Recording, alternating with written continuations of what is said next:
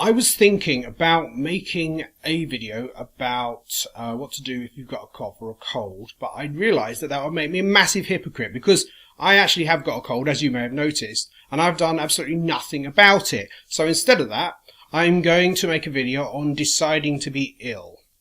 Now, this is based on a Jonathan Miller idea, by the way. It's not my idea itself, but I think it works quite well. Right, so here you have all the pain and suffering that is possible to have in any kind of way. Pandora's jug, as it were. And then you have the four aspects of what you decide means illness. First of these is inconvenience. Now, if you get out of breath easily, it's very inconvenient because you can't go out and walk around and that sort of thing, and there's a lot of things you can't do. You maybe can't climb the stairs or whatever. Or alternatively, you may find it very hard to eat peanuts if you've got a peanut allergy. That kind of thing. So that's the inconvenience side. Next one along, stigma. This can apply to various different things. It's the level of embarrassment that illness has. For example, if you have a skin disease, that can be very embarrassing, even though it's completely painless and doesn't cause any problems to you apart from that. Another one might be Tourette's syndrome. The classic Tourette's syndrome is actually not what most people have. And so, yeah, there's a very high level of stigma in that, okay, but they might have very little else. Next one along is threat. Now, threat is, for example, if you start coughing up blood or you pass blood in your stools, that kind of thing, then it's quite a threatening situation to be in. And you decide, right, there's something dodgy going on here and I need to go to the doctor. And then the next one along is the most obvious thing, actually, last but not least, nastiness, which is things like pain, passing out, vomiting, this kind of thing, which is what helps you to decide that you're ill. But it's only one of four. And so, for example, the nastiness might be very high in one situation, but it might be otherwise completely absent of threat, stigma, or inconvenience. It could just be very painful, but the pain could be not indicate anything particularly worrying. But we all make decisions about this. Now, applying this to my cold as I've got at the moment, this is how I see it.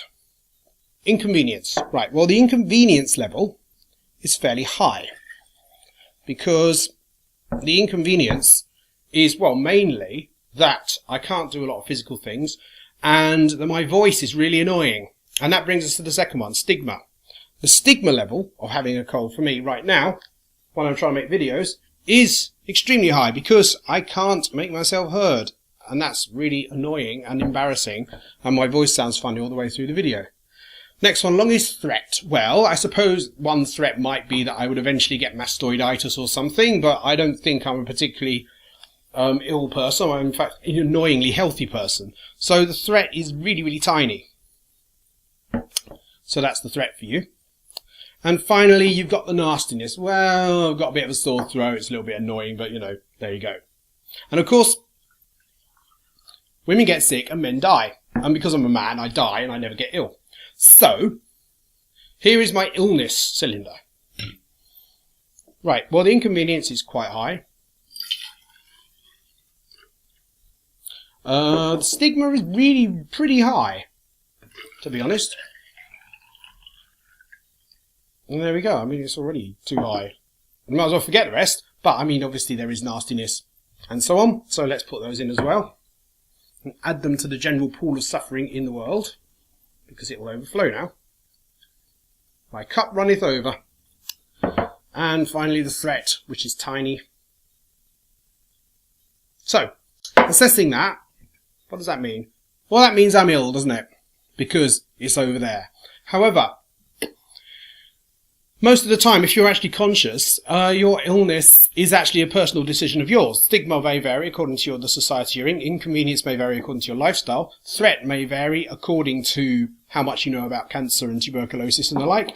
And nastiness, well, maybe doesn't vary, but on the other hand, there are forms of variation, like perhaps there's good pain or something. And so there you go. So that means basically, yeah, illness is socially constructed. And I have decided that whereas I am ill, I'm not going to bother to do anything about it because I'm a man. And just wait till it gets better. And so instead of doing a video about how you can help yourself with colds, I decided to do this instead. It's annoying, isn't it? See you tomorrow.